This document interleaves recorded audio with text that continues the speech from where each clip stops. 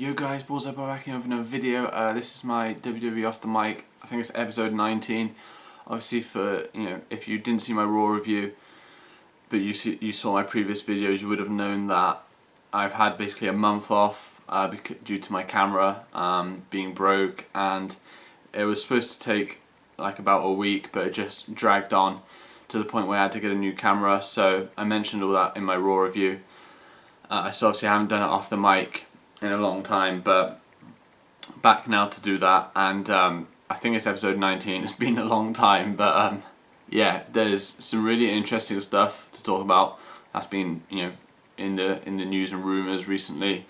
The third thing I want to talk about, just to get this out of the way basically, is updates on Enzo Amore. They didn't give a specific time period, but obviously for pretty much everyone, myself included, obviously at Payback when Enzo got knocked out, it was one of the biggest disappointments I've had in years of watching wrestling. It was one of those things where, because they're so popular and everyone loves Enzo and Big Cass, and they were obviously going to win that match in my opinion. They were obviously going to beat the Vaudevillains and go on to face the New Day for the tag team titles. So for that opportunity to be took away because of an injury was just like the most annoying thing. But like I said, they haven't given a specific date, but apparently he's not going to be back in the next week or two, but it'll only be a few weeks. So that's probably by next month, if not by halfway through next month, I'd say. I don't think it'll be into July or anything like that. It'll be back way before then. And yeah, I think obviously when he does come back, Enzo and Big Cass are obviously going to get their shot at the New Day. I think the New Day will retain against the Vaudevillains at Extreme Rules, and then Enzo will come back, and basically him and Big Cass will get the opportunity that they rightfully deserve. So yeah, a few weeks out still, which is not a massive deal. It's not as long as it could have been, I guess. I mean, it was never going to be that long of an injury because it was just a concussion, but so yeah, it's still pretty annoying. The next thing I want to talk about is WWE have released like a schedule of matches for next month. Apparently there's going to be a WWE Network special, a bit like Roadblock basically, and they're going to have some of the matches that have been announced for the show are just insane. It's incredible. You've got Charlotte versus Asuka, so women's champion versus NXT women's champion.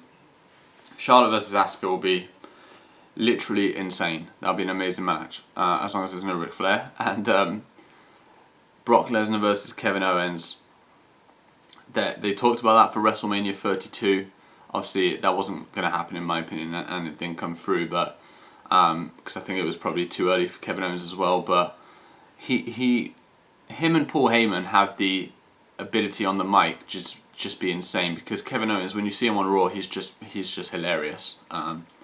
And Kevin Owens versus Brock Lesnar, yes, there's probably still only one winner, which is Brock Lesnar, but that'd be an amazing match. And the last one, but definitely not least, is John Cena versus Shinsuke Nakamura, which, I mean, I've said it before, the amount of talent WWE has, whether it's on their main roster or NXT, it's more than they've ever had before. It's insane, the level of competition they've got.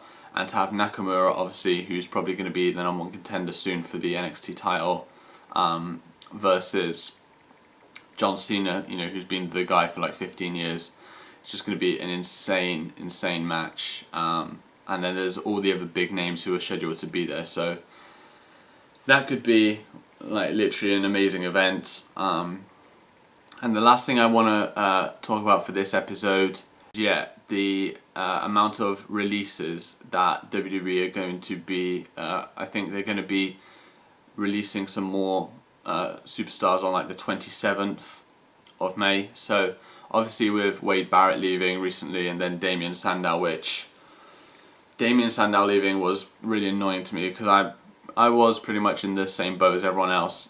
I I loved Damien Sandow's character for the most part, and he was hilarious, and he was, you could tell everyone loved him.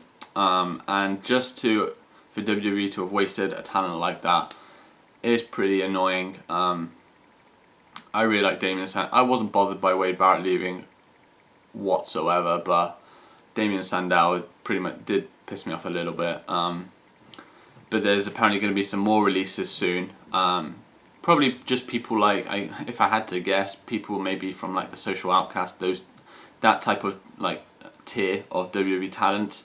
Not saying it would be the Social Outcast, but that like level of superstar. The guys who are barely on TV now. Obviously Ryback's left, which is probably, and I just don't mean this in wrestling, I mean this in any form of sport or any decision making of all time, probably the greatest decision. Ryback just didn't have a place in WWE, horrific in the ring, on the mic probably even worse. Getting rid of Ryback was amazing, like one of the best ideas of all time, seriously. So hopefully they clear out some more of that talent that no one wants to see on TV.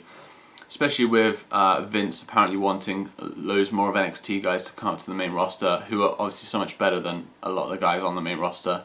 It's just gonna, why would you pay those guys to be there for nothing? I mean, it's not, fair on them, and you'd just be paying people for nothing. So, kind of works both ways in the right, decision to do that. So, yeah, guys, that's my Off the Mic episode 19, a short one, I guess, to get back into it. I'll have one up tomorrow on Friday as well. So yeah, guys, hope you enjoyed this episode.